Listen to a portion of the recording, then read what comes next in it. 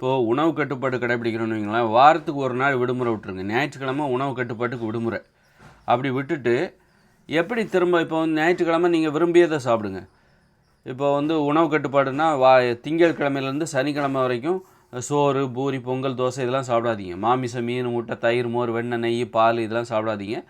அப்புறம் காய்கறிகள், பழங்கள், கீரைகள், கிழங்குகள், பயிர்கள், பருப்பு வகைகள், கடலைகள், காளான் இதை மட்டுமே சாப்பிடுங்க. இதை உப்பு சேர்த்துக்கலாம். காய்கறிகளில் உப்பு சேர்த்து காய்கறி பொரியல், பழங்கள், கீரைகள், கிழங்குகள், பயிர்கள், பருப்பு வகைகள், கடலைகள், காளான் இது வந்து நீங்கள் சாப்பிடக்கூடிய உணவு திங்கட்கிழமையிலேருந்து சனிக்கிழமை வரைக்கும். ஞாயிற்றுக்கிழமை விரும்பிய உணவுகளை சாப்பிடுங்க.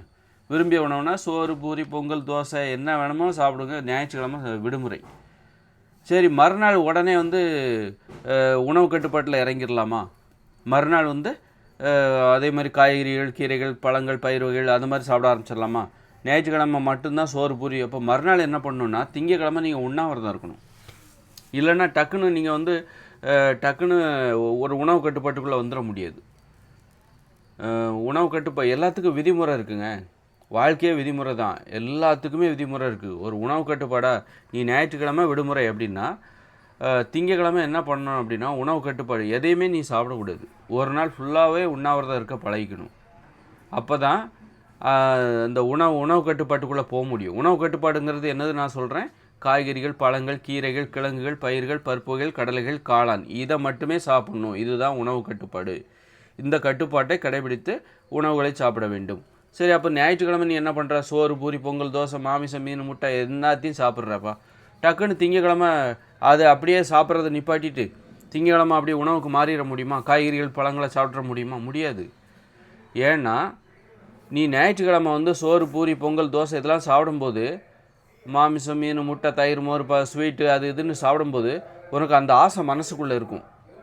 டக்குன்னு உன்னால் வந்து ஒரு நல்ல உணவுக்கு மாற முடியாது. அப்போ என்ன பண்ணணும் அப்படின்னா திங்கக்கிழமை வந்து நீ எந்த உணவுமே சாப்பிடாத. அதுக்கப்புறம் தான் செவ்வாய்க்கிழமை தான் நீ உணவு கட்டுப்பாட்டை தொடர்ந்து சாப்பிடணும். உணவு கட்டுப்பாட்டை கடைபிடிக்கணும். காய்கறிகள், பழங்கள், கீரைகள், பருப்புகள், கடலைகள், காளான். அப்போ பாருங்கள், வாரத்தில் ஒரு நாள் நீ விரும்பிய உணவெல்லாம் சாப்பிட்ற. வாரத்தில் ஒரு நாள் நீ உண்ணாவிரதம் இருக்கிற. அப்புறம் 5 நாட்கள் தான் உணவு கட்டுப்பாட்டை கடைபிடிக்கிற. நல்ல உணவுகளை உண்பது 5 நாட்கள், செவ்வாய்க்கிழமையிலேருந்து சனிக்கிழமை வரைக்கும். இது விதிமுறை. ஏன்னா வந்து நீங்கள் வந்து விரும்பிய உணவுகளெல்லாம் சாப்பிடாம வாழ்நாள் முழுதும் நான் காய்கறிகள், பழங்கள், கீரைகள், கிழங்குகள்லாம் என்னால் சாப்பிட முடியாது.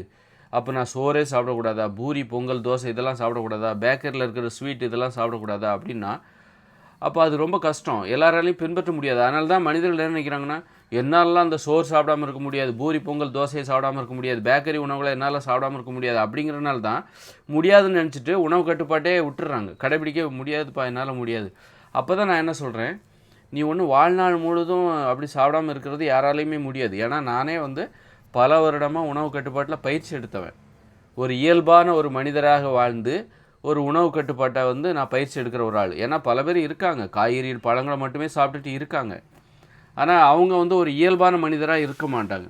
ஒரு இயல்பான வாழ்க்கையில் இயல்பான மனிதர்களோடு கலந்து இயல்பான ஒரு மனிதர்களுள் ஒருவராக அவங்க வாழ மாட்டாங்க. அவங்க வந்து அவங்களுடைய வாழ்க்கை ரொம்ப செயற்கையாக இருக்கும். எல்லாராலையும் அவங்கள பின்பற்ற முடியாது. நம்ம வந்து நான் என்ன பண்ணுறேன் அப்படின்னா எல்லாராலையும் பின்பற்றக்கூடிய ஒரு வாழ்க்கை முறை, ஒரு உணவு முறை அது வேண்டும். அதைத்தான் நான் வலியுறுத்துகிறேன். அது எப்படிப்பட்டதாக இருக்கும்?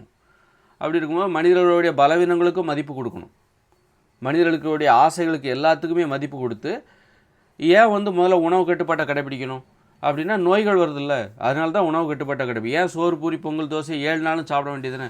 சாப்பிட்டா நோய் வரும், உன்னால் எதையுமே சாதிக்க முடியாது, சோம்பேறியாகிடுவேன். ஏன்னா இது எல்லாமே அடிமைப்படுத்துகிற உணவு. அதை சாப்பிட்றதே உன்னுடைய லட்சியமாக மாறிடும். சோறு, பூரி, பொங்கல், தோசைங்கிறது வந்து அதை சாப்பிடுவதே உன்னுடைய லட்சியமாக மாறிவிடும். ஏன்னா அது அந்த அளவுக்கு ஒருத்தரை அடிமைப்படுத்தக்கூடியது ஒரு போதை உணவு. அது ரொம்ப சாதாரண உணவே கிடையாது. அதை நீ விரும்பி போனால் அவ்வளோதான், அது ஒன்றும் அடிமைப்படுத்துகிறோம். ஒரு சிகரெட் தண்ணி அடிக்கிற மாதிரி தான் அது. அவ்வளோ போதை உணவு அது. அதனால் அதுக்கிட்ட மாட்டிக்கிட்டேன்னு வையன், வாரத்தில் 7 நாள் நீ சோறு, பூரி, பொங்கல், தோசை சாப்பிட்டேன்னா உனக்கு கண்டிப்பாக நோய் வரும். அதுதான் சுகர் வரும், ஆஸ்மா, ஏதாவது ஒரு நோய் வந்துடும் உனக்கு. பல நோய்கள் உனக்கு வந்துடும். அதனால தான் நம்ம வந்து வாரத்தில் 5 நாட்கள் திங்கக்கிழமையிலேருந்து சனிக்கிழமை வரைக்கும், இல்லை செவ்வாய்க்கிழமையிலேருந்து சனிக்கிழமை வரைக்கும் நம்ம என்ன பண்ணுறோம், சோறு சாப்பிடக்கூடாது, மாமிசம், மீன், முட்டை, தயிர், மோர், பால், வெண்ணெய், நெய், கேழ்வரகு, அப்புறம் வந்து தேன்லாம் சாப்பிடக்கூடாது. இது சாப்பிட்டா நோய் வரும். நோய்களுக்கான உணவுகள் இதெல்லாம். ஆனால் இந்த உணவு எல்லாமே நமக்கு ரொம்ப ஆசையாக இருக்கும் இதை சாப்பிட்ணுன்ட்டு. பேக்கரி உணவுகள்லாம் நீங்கள் செவ்வாய்க்கிழமையிலேருந்து சனிக்கிழமை வரைக்கும் சாப்பிடவே கூடாது.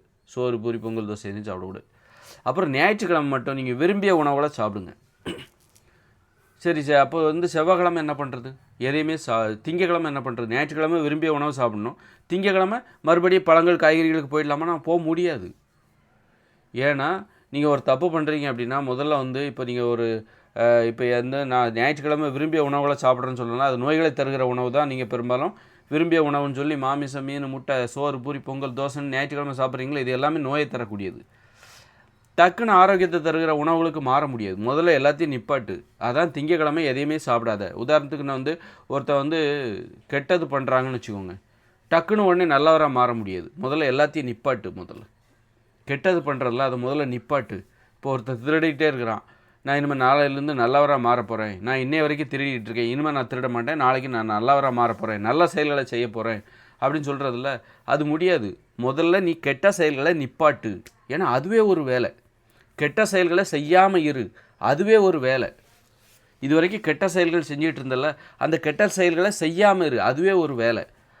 அப்புறமா தான் உன்னால் செய்யாமல் இருக்க முடியும் அப்படிங்கிற அந்த நம்பிக்கை முதல்ல பெறு. அதன் பிறகு தான் நீ நல்ல செயல்களை செய்யணும். அதுபோல் வாரத்தில் ஒரு நாள் நீ கெட்ட உணவுகளை சாப்பிடு, நோய்களை தருகிற உணவுகளை சாப்பிடு. சோறு, பூரி, பொங்கல், தோசை, பேக்கரி உணவு, மாமிசம், மீன், முட்டை, மீன் என்ன வேணாலும் சாப்பிடு, தேன் எல்லாமே சாப்பிடு. ஏன்னா அதுவும் ஒரு மனிதர்களுக்கு இருக்கிற ஒரு ஆசை தான்.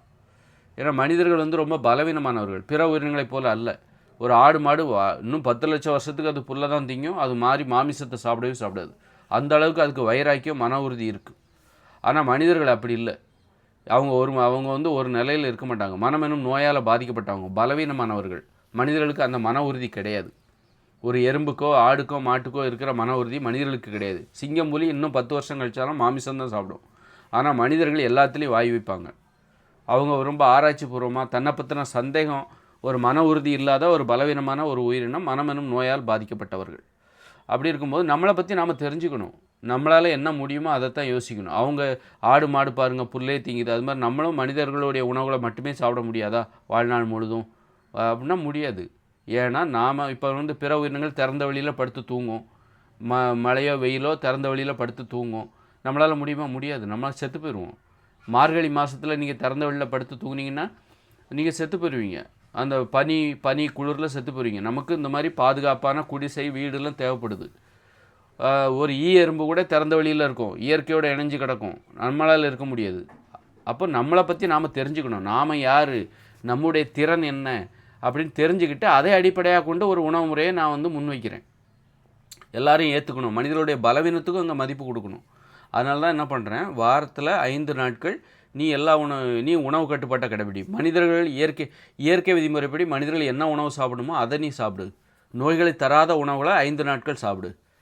நோய்களை தராத உணவு, ஏன்னா நமக்கு நோய் மிகப்பெரிய அச்சமாக இருக்குது. கண்ட உணவுகளையும் நம்மளால் சாப்பிட முடியாது. கண்ட உணவுகளையும் எல்லா உணவுகளையும் சாப்பிட்டாக்கா இன்றைக்கி நோயால் இந்த உலகம் எப்படி அவஸ்தைப்படுதோ அதுபோல் தான் அவஸ்தைப்படுவாங்க.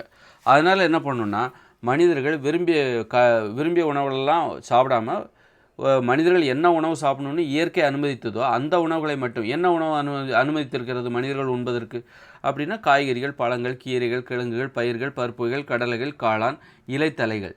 இதுதான் மனிதர்கள் உண்பதற்கு இயற்கை அனுமதித்த உணவு. எப்படி புல்லு தான் மாடு சாப்பிடணுன்னு இயற்கை அனுமதித்திருக்குல்ல, மாமிசம் சாப்பிடக்கூடாதுன்னு ஒரு விதிமுறை இருக்குல்ல, அதுபோல் நமக்கு என்ன விதிமுறை இருக்குது?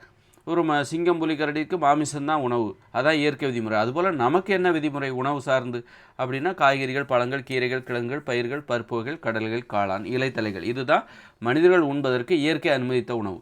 அரிசி, கேழ்வரகு, கோதுமை இதெல்லாம் நாமெல்லாம் உண்ணக்கூடாது.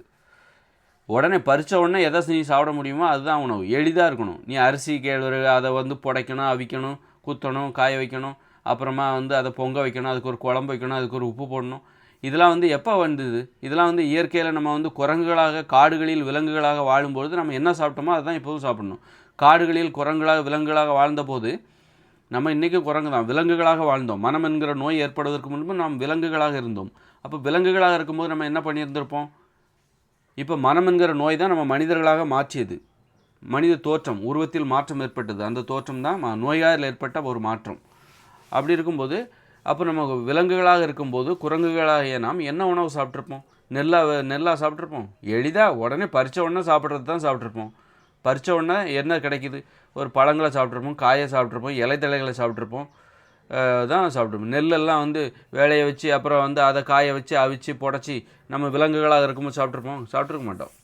அப்போ அது சாப்பிடவும் கூடாது. அப்படி சாப்பிட்றதுனால என்ன ஆகுது? ரொம்ப உணவுக்காக நீ வந்து ரொம்ப ப்ராசஸ் பண்ணி கடைசியில் சாப்பிட்டு சுகர் அதெல்லாம் வர காரணம் இந்த அரிசி உணவுகள் காரணமாக இருக்குது. அரிசி கோதுமை உணவுகளை உப்பு போடாமல் அதை நீ சாப்பிடவும் முடியாது. அது ருசியாகவும் இருக்கணும். உப்புங்கிறது வந்து அது ஒரு கெமிக்கல்.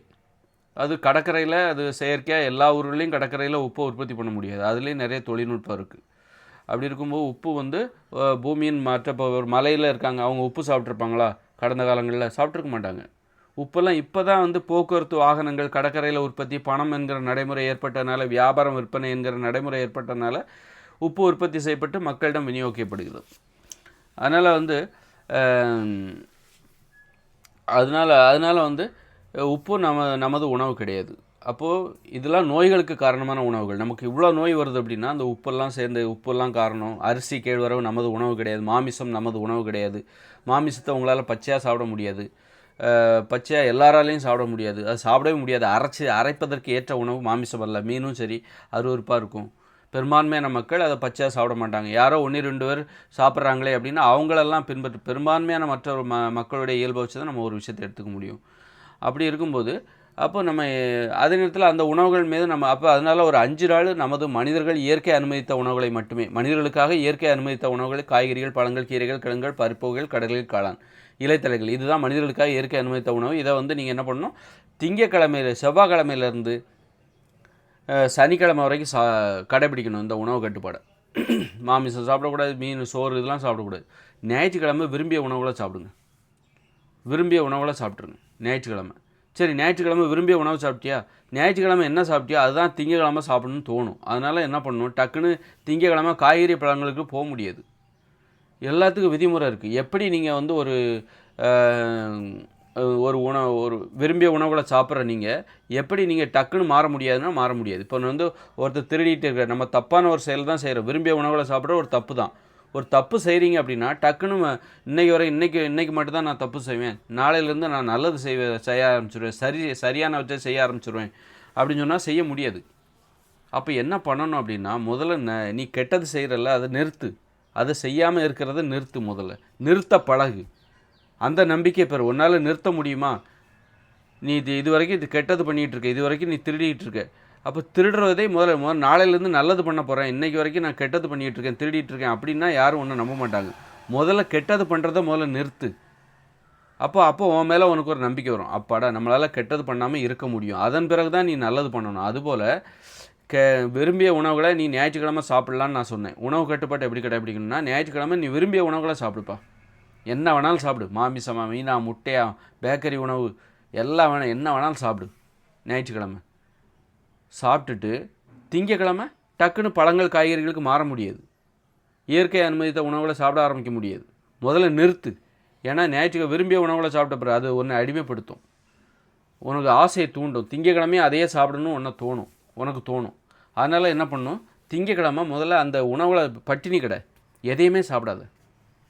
உன்னால் சாப்பிடாமல் இருக்க முடியும் அப்படிங்கிற அந்த நம்பிக்கையை நீ திங்கக்கிழமை உங்ககிட்டேருந்து நீ பெறணும்.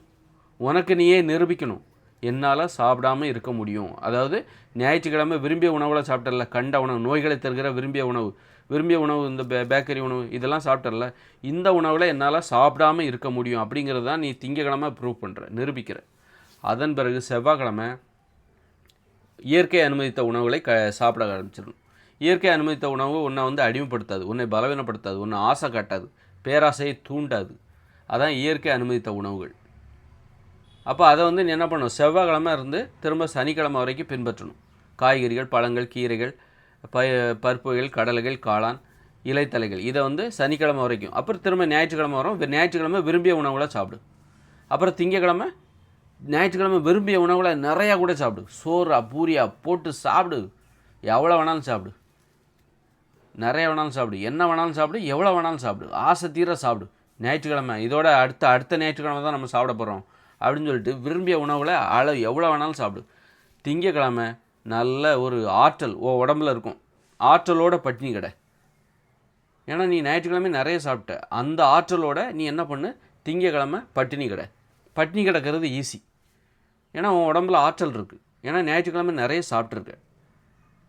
அப்போ என்ன ஆகுனா, இப்போ வந்து திங்கக்கிழமை என்னால் பட்டினி கிடக்க முடியும், என்னால் ஞாயிற்றுக்கிழமை விரும்பிய உணவுகளை சாப்பிட்டாலும் அந்த உணவுகளை என்னால் சாப்பிடாமல் இருக்க முடியும் அப்படின்னு நீ உனக்கு நீயே நிரூபிச்சுட்டு அப்புறம் செவ்வாய்க்கிழமை திரும்ப உணவு கட்டுப்பாட்டுக்கு வந்துடும். இயற்கை அனுமதித்த மனிதர்கள் உண்பதற்கு இயற்கை அனுமதித்த உணவுகளை செவ்வாய்க்கிழமையிலேருந்து சனிக்கிழமை வரைக்கும் பின்பற்று. அதன் பிறகு ஞாயிற்றுக்கிழமை விடுமுறை. இது மாதிரி மக்கள் எல்லாருமே ஒன்றா கடைபிடிக்கணும். சட்டமே போடலாம், இப்படி தான்பா உணவு சாப்பிட்ணும் அப்படின்னு சொல்லி சட்டமே போட்டால் நமக்கு நோயே வராது. ஏன்னா நோய்களை தராத உணவுகளை நம்ம என்ன பண்ணுறோம், செவ்வாய்க்கிழமையிலேருந்து சனிக்கிழமை வரைக்கும் சாப்பிட்றோம். ஞாயிற்றுக்கிழமை மட்டும்தான் நோய்களை தருகிற உணவுகளை சாப்பிட்றோம். விரும்பிய உணவுகள் என்ன வேணாலும் நீ சாப்பிடு. கண்டிப்பாக அப்படியே வாரம் முழுக்க என்ன வேணாலும் சாப்பிட்டிங்கன்னா நோய் தான் வரும். இன்றைக்கி எப்படி வீட்டுக்கு வீடு நோய் வருது அதுபோல். அதனால் நம்ம என்ன பண்ணுறோம், நோய்களை தருகிற உணவுகள் நம்ம அடிமைப்படுத்தக்கூடியது, நம்ம ஆசையை தூண்டக்கூடியது. அந்த ஆசைக்கு நீ மதிப்பு கொடு. மதிப்பு கொடுத்து ஞாயிற்றுக்கிழமை என்ன வேணாலும் சாப்பிடு, திங்கக்கிழமை பட்டினி கடை. அப்போது பாருங்கள் எவ்வளோ அற்புதமான உணவு முறை பாருங்கள். இது இயற்கை விதிமுறையை அடிப்படையாக கொண்டது. நான் ஒரு விதிமுறை உளவியல் அடிப்படையாக கொண்டு மனித இயல்பை அடிப்படையாக கொண்டு எல்லாராலையும் ஏற்றுக்கொள்ளக்கூடிய ஒரு நடைமுறையை நான் சொல்கிறேன். யார் இதை வந்து யார் வேணாலும் ஏற்றுக்க முடியும், ஏற்றுக்கிட்டு தான் ஆகணும். இப்படி போனால் தான், இப்படி நடந்தால் தான் மனிதர்கள் உணவு கட்டுப்பாட்டோட நோய்கள் இல்லாமல் ரொம்ப எளிதாக வாழ முடியும், இயல்பாக வாழ முடியும், சிரமம் இல்லாமல் அந்த உணவு கட்டுப்பாட்டை கடைபிடிக்க முடியும். அப்போது நீ வந்து ஞாயிற்றுக்கிழமை விரும்பிய உணவெல்லாம் சாப்பிட்ற, திங்கக்கிழமை கண்டிப்பாக நீ பட்டினி கடந்தே ஆகணும். டக்குன்னு திங்கக்கிழமை வந்து பழங்கள் காய்கறிகளுக்கு போக முடியாது. ஞாயிற்றுக்கிழமை வரைக்கும் கண்டதையும் கழிதையும் சாப்பிட்டுட்டு பிரியாணி அது இதுன்னு சாப்பிட்டுட்டு திங்கக்கிழமையிலேருந்து பழங்கள் காய்கறிகளுக்கு போக முடியாது. முதல்ல அதை நிறுத்து, திங்கக்கிழமை அதை நிறுத்து. எந்த உணவுமே சாப்பிடாது, தண்ணி மட்டுமே குடி. அதில் எந்த சிரமமும் இல்லை. ஏன்னா ஞாயிற்றுக்கிழமை நீ நிறைய உணவு சாப்பிட்ருக்க, உடம்புல நிறைய ஆற்றல் இருக்கும். திங்கக்கிழமை தெம்போட பட்டினி கடை, தெம்பாக பட்டினி கிடக்கலாம். அப்போ பட்டினி கிடக்க முடியும் அப்படிங்கிறத அதை நிரூபிக்கணும். அப்புறமா நீ என்ன பண்ணு, செவ்வாய்க்கிழமையிலேருந்து இயற்கை அனுமதித்த உணவுகளை நீ சாப்பிட ஆரம்பிச்சிரு. காய்கறிகள், பழங்கள், கீரைகள், கிழங்குகள், பயிர்கள், பருப்புகள், கடலைகள், காளான், சனிக்கிழமை வரைக்கும். இதை மக்கள் எல்லாருமே கடைபிடிக்கணும் ஒரே மாதிரி. இதுதான் விதிமுறை. இப்போ எப்படி ரம்ஜான்னா முஸ்லீம்கள் எப்படி வந்து அந்த ரம்ஜான் மாதத்தில் நோன்பு கடைபிடிக்கிறாங்க, அதுபோல் வந்து ஒவ்வொருத்தரும் ஒரு மதம் சார்ந்து, ஏன்னா மதமே இதனால தான் மதமே எதுக்காக உருவாச்சு அப்படின்னா, இந்த மாதிரி சில வழக்கங்களை எல்லாருமே கடைபிடிக்கலாம், ஒன்றா கடைபிடிக்கலாம் அப்படிங்கிற அந்த ஒற்றுமைக்காக தான் அந்த மத அடிப்படையில் மக்கள் ஒருங்கிணைவதற்கு காரணம். அது மூட நம்பிக்கைன்னு மக்களுக்கு தெரியும், அது பொய்ன்னு தெரியும். ஆனால் அதனால் என்ன நன்மை அப்படின்னா, மக்கள் எல்லாம் ஒரு ஒற்றுமையாக இருந்து சில வழக்கங்களை ஒற்றுமையாக கடைபிடிக்கிறார்கள் என்பதை காரணம் காட்டி தான் சில வழக்கங்களை கடைபிடிப்பதற்கு ஒரு ஒற்றுமை தேவைப்படுகிறது. நான் சொல்கிற மாதிரி ஒரு உணவு கட்டுப்பாடு அப்படி இருக்கும்போது, இப்போ நான் இந்த உணவு கட்டுப்பாட்டை கடைபிடிக்கிறேன்னா நான் மட்டும் தான் கடைபிடிக்கிறேன், என் வீட்டில் என் குடும்பத்தில் யாரும் இதை கடைபிடிக்க மாட்டேங்கிறாங்க. அப்போ நான் எல்லாருக்கும் முரணாக ஒரு ஆளாக தெரிகிறேன், போராட்டமாக இருக்கும். எனக்கு ஒரு ஒத்துழைப்பு இல்லாமல் நான் மட்டுமே தனித்து கடைபிடிக்கிறேன்.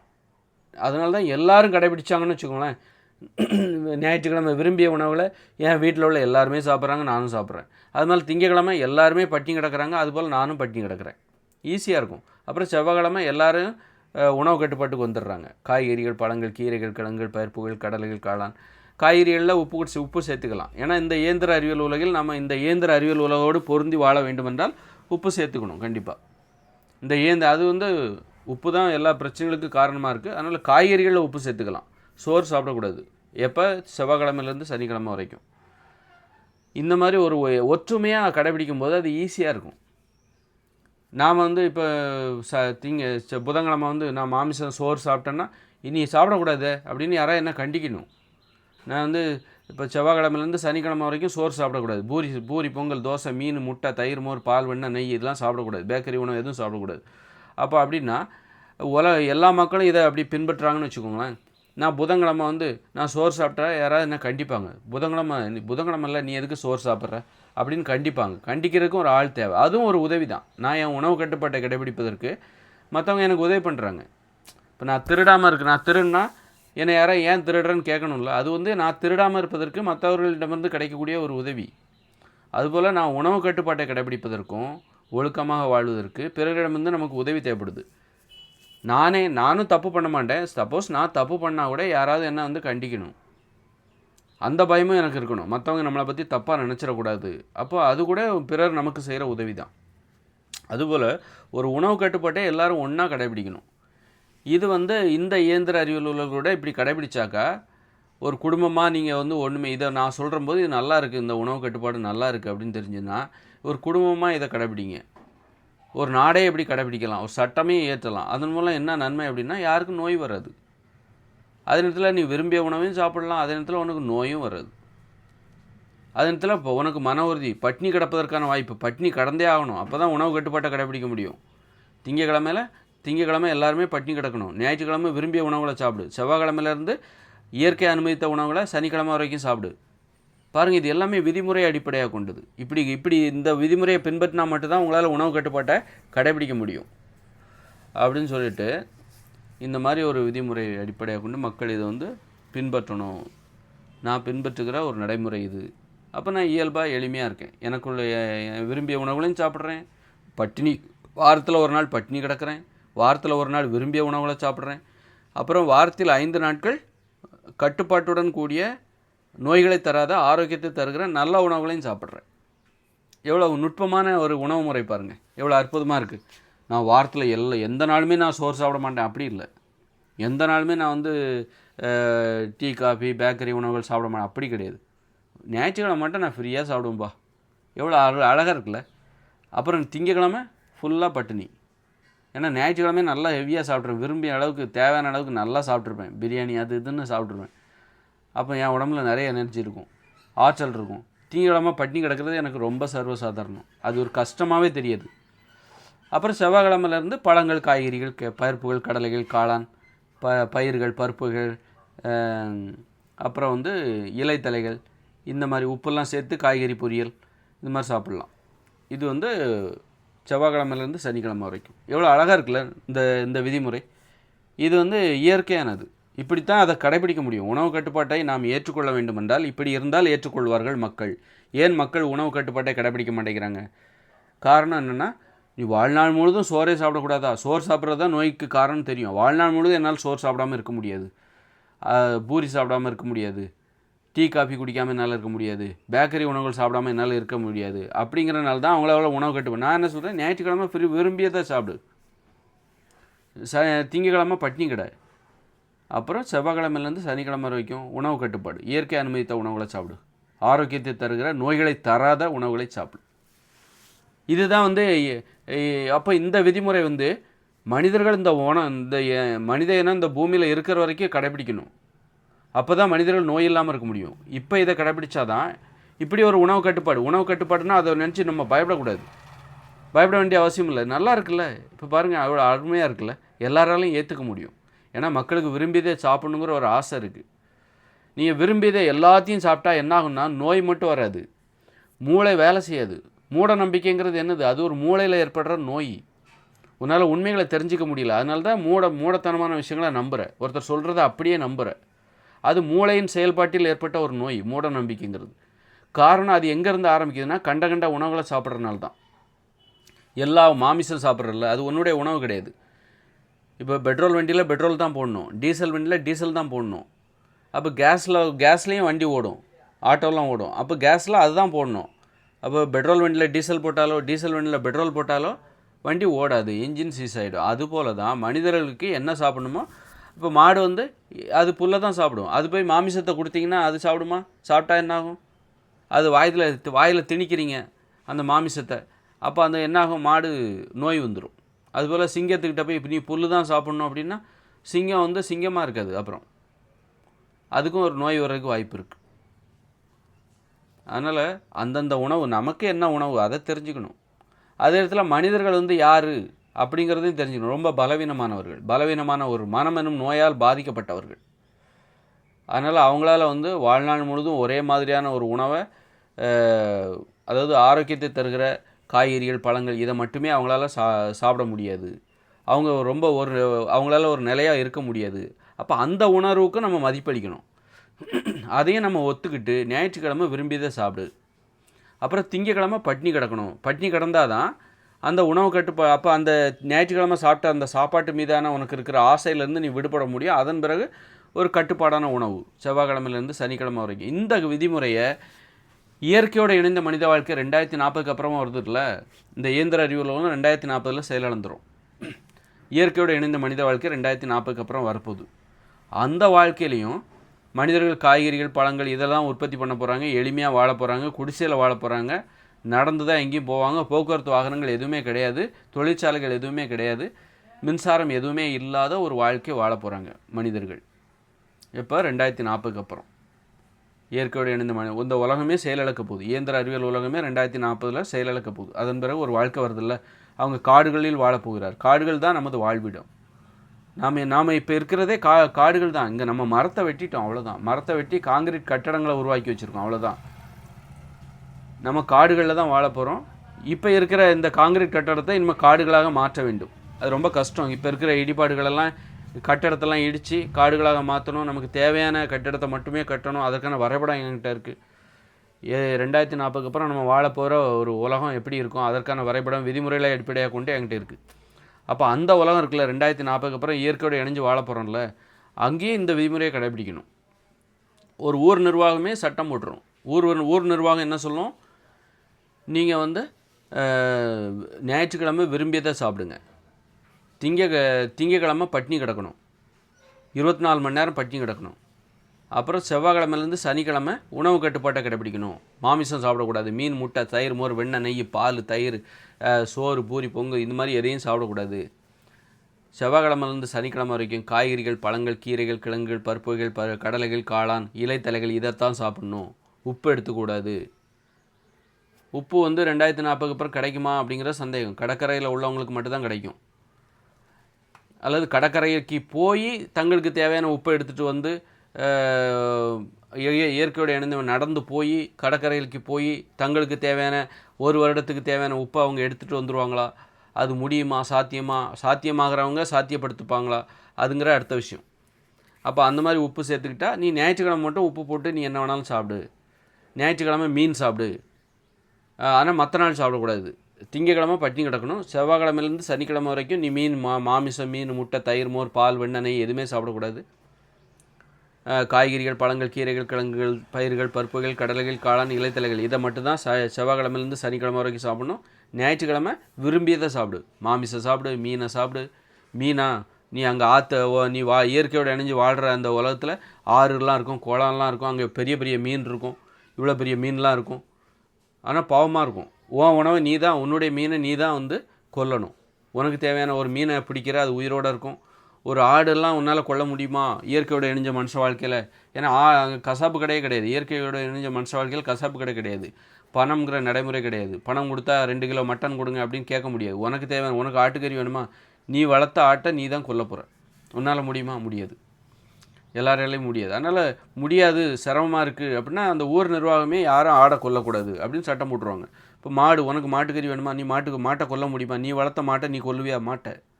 அப்போ ஊர் நிர்வாகமே மாட்டுக்கறி சாப்பிடக்கூடாதுன்னு சட்டம் போட்டுருவாங்க முடியாத விஷயத்தில். அப்போ எதை சாப்பிடுவாங்க? மாமிசம்னு எதை சாப்பிடுவாங்க? ஒருவேளை மீன் சாப்பிட்றதுக்கு வாய்ப்பு இருக்குது. ஏன்னா அது அவங்க வளர்க்கலை, அது ஆற்றுலேயே குளத்துலேயே இருக்குது. நம்ம வளர்க்காத ஒரு உயிரினத்தை நம்ம கொல்றது, அது மீனை நம்ம கொல்ல வேண்டிய அவசியம் இல்லை. பிடிச்சி தரையில் போட்டால் போதும், அது துடிச்சு இறந்துடும். அதை பார்க்காம இருக்கிறது, இந்த மாதிரி இருப்பாங்க. அப்புறம் வேறு என்ன உணவு சாப்பிடுவாங்க? பாம்பு சாப்பிடலாம், ஒரு வேளை சொல்லலாம். பாம்பு சாப்பிட்றதுக்கு வாய்ப்பு இருக்குது. அல்லது தவளைகளை சாப்பிட்றதுக்கு வாய்ப்பு இருக்குது. இயற்கையோடு இணைந்த மனித வாழ்க்கையில் இந்த ஞாயிற்றுக்கிழமை விரும்பிய உணவுகளை சாப்பிடலாம். அப்படிங்கும்போது அவங்க அந்த ஞாயிற்றுக்கிழமை மட்டும்தான் மாமிசம் சாப்பிடுவாங்க. அப்படி சாப்பிடும்போது அவங்க என்ன உணவு சாப்பிடுவாங்க? மீன் சாப்பிடுவாங்க, பால் சாப்பிடுவாங்க, தயிர் மோர் பால் வெண்ணெய் இந்த மாதிரி உணவுகளை சாப்பிடுவாங்க. இப்போ ஞாயிற்றுக்கிழமை ஒருவேளை அரிசி உணவுகளை அவங்க கொஞ்சம் கொஞ்சமாக அரிசி எப்படி தான் அதை அரைச்சி பச்சரிசி மாதிரி எடுத்து வச்சு பொங்கி ஏதாவது சாப்பிடுவாங்களா அல்லது அது தெரில. அப்போது இந்த மாதிரி ஆனால் ஞாயிற்றுக்கிழமை விரும்பிய உணவுகளை சாப்பிடலாம். மற்ற நாட்களில் செவ்வாய்க்கிழமையிலேருந்து சனிக்கிழமை வரைக்கும் சோறு இதெல்லாம் சாப்பிடக்கூடாது. சோறுலாம் நோயை தரும், அது மூட நம்பிக்கைகளை ஏற்படுத்தும். நீங்கள் எல்லா உணவையும் கண்ட உணவுகளையும் சாப்பிட்டிங்கன்னா உடம்புல நோய் வரும்ல, அதுபோல் மூளையில் ஏற்படுற நோய் தான் மூட நம்பிக்கை. ஒருத்தர் சாமி கும்பிட்றாரு கடவுளே அப்படின்னு சொல்லிட்டு இந்து முஸ்லீம்லாம் இருக்குல்ல, இந்து முஸ்லீம் கிறிஸ்டின் இதுதான் கடவுள் பொம்மைகளை பார்த்து கையை கொடுத்து கும்பிட்றாருன்னா அவருக்கு மூளையில் நோய் இருக்குன்னு அர்த்தம். மூட நம்பிக்கைங்கிற நோய் இருக்குன்னு அர்த்தம். அதெல்லாம் பொய்ன்னு தெரியல அவருக்கு. அதெல்லாம் வெறும் சிலைகள் தான், அதெல்லாம் கடவுள் இல்லைங்கிறது அவருக்கு தெரியல. அவர் அதுதான் கடவுள்ன்றார்ல, அப்போ அது நோய். அவர் மூளையில் ஒரு நோய் இருக்குன்னு அர்த்தம். ஒருத்தர் சுகர் இருக்கிற மாதிரி அவர் மூளையில் மூட நம்பிக்கைங்கிற நோய் இருக்குது. அதுதான் அதோட அர்த்தம். அதுக்கு என்ன காரணம்னா இந்த மாதிரி கண்ட உணவுகளையும் சாப்பிட்றனால தான். கண்ட உணவுகளையும் சாப்பிடும்போது உங்களுக்கு வந்து இந்த இப்போ வந்து கண்ட உணவுகளையும் சாப்பிடும்போது மனிதர்கள் அந்த மனித தன்மையை இழந்துருவாங்க. மாமிசம் சாப்பிடும்போது மிருகங்களுடைய தன்மை வந்துடும். ரொம்ப வலிமையானவர்களை தங்களை உணர்வார்கள். அது ஒரு தப்பான உணர்தல் தான். அது தப்பாக புரிஞ்சுப்பாங்க. மனிதர்கள்னால் யாருன்னா தப்பாக புரிஞ்சுப்பாங்க. சோறெல்லாம் சாப்பிடும்போது உடம்புல அதிகமாக வலிமை வரும்போது மனிதர்கள் தங்களை வந்து ரொம்ப வலிமையானவர்களாக உணர்வார்கள். ஆனால் மனிதர்கள் மென்மையானவர்கள். அதுதான் உண்மை. வலிமையானவர்கள் என்பது பொய் உணர்வார்கள். அப்போ அந்த மாதிரி தான். அதான் மூட நம்பிக்கை. அந்த பொய்யை நம்புகிறாங்க பாருங்கள். பொய்யை உண்மைன்னு நம்புகிறாங்க பாருங்கள். மனிதர்கள் வலிமையானவர்கள் நம்புகிறாங்க பாருங்கள். அந்த நம்பிக்கை தான் மூட நம்பிக்கை.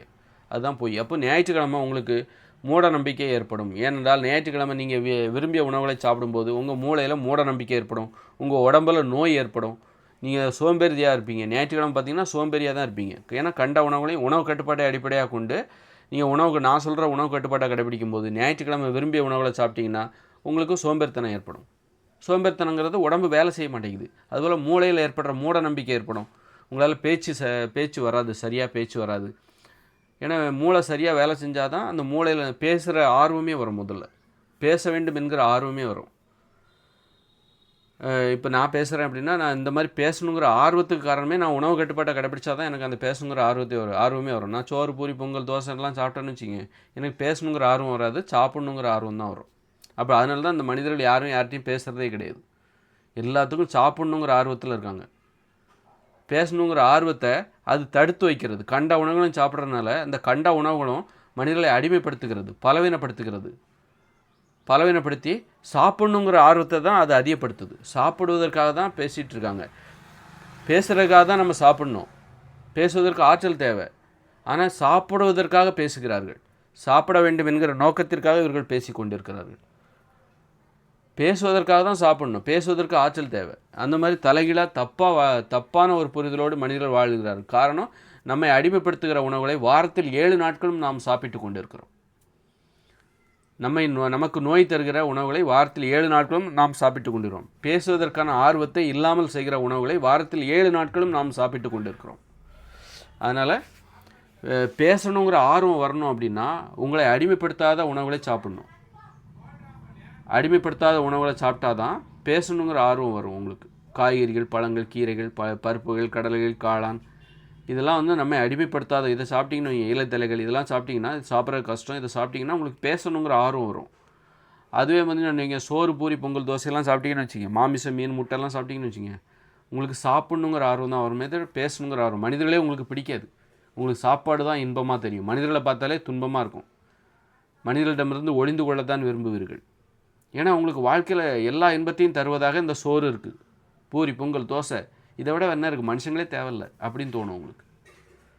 எப்போ இந்த மாதிரி அடிமைப்படுத்துகிற உணவுகளை சாப்பிடாமல் காய்கறிகளை சாப்பிடும்போது தான் பேசணுங்கிற ஆர்வம் வரும். ஏன்னா அந்த வாழ்க்கையில் வேறு இருக்குது. இது மட்டுமே உங்களுக்கு முழுமையான திருப்தியை தராது.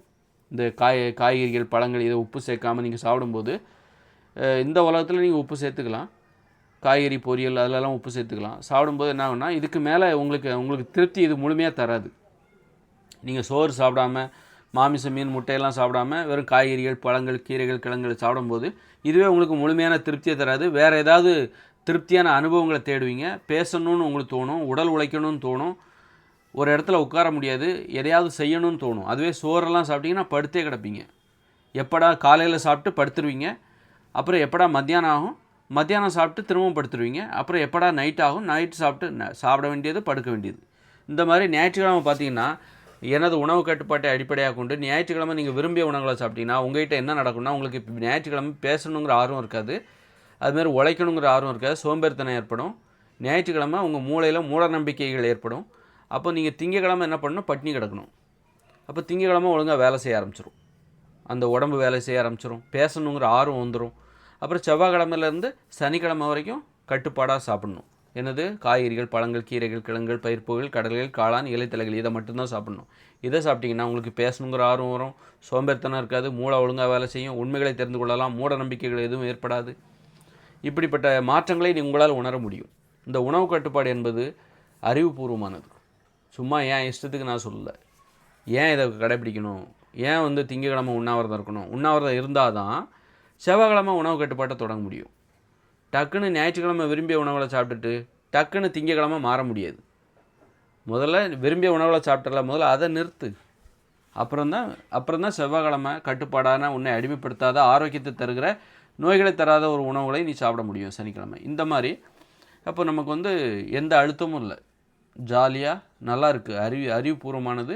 நோய்கள்லேருந்தும் நமக்கு ஒரு பாதுகாப்பு, அதே நேரத்தில் நோய்களை தருகிற ஒரு உணவுகளை சாப்பிட்றதுக்கும் நமக்கு ஒரு வாய்ப்பு இருக்குது. நம்மை அடிமைப்படுத்துகிற பலவீனப்படுத்துகிற ஒரு உணவுகள் மீது நமக்கு இருக்கிற ஒரு ஆசைக்கும் ஒரு மரியாதை நாம் கொடுக்கணும். நமக்கு இருக்கிற ஆசைகளுக்கு நாம் தான் மரியாதை கொடுக்கணும். அது எந்த ஆசையாக இருந்தாலும் சரி. இப்போ குழந்தைங்க சாக்லேட் சாப்பிட்டா பல் சொத்தே ஆகுது, ஆனாலும் அந்த அம்மா என்ன பண்ணுவாங்க, சாக்லேட்டும் வாங்கி கொடுப்பாங்க. ஏன்னா குழந்தை ஆசைப்படுறா அப்படின்னு சொல்லிட்டு சாக்லேட்டும் வாங்கி கொடுப்பாங்க. அதே நேரத்தில் நல்ல உணவுகளையும் அந்த அம்மா வாங்கி கொடுப்பாங்க. எப்போதும் சாக்லேட் கேட்டால் வாங்கி கொடுக்க மாட்டாங்க, எப்போவாவது வாங்கி கொடுப்பாங்க.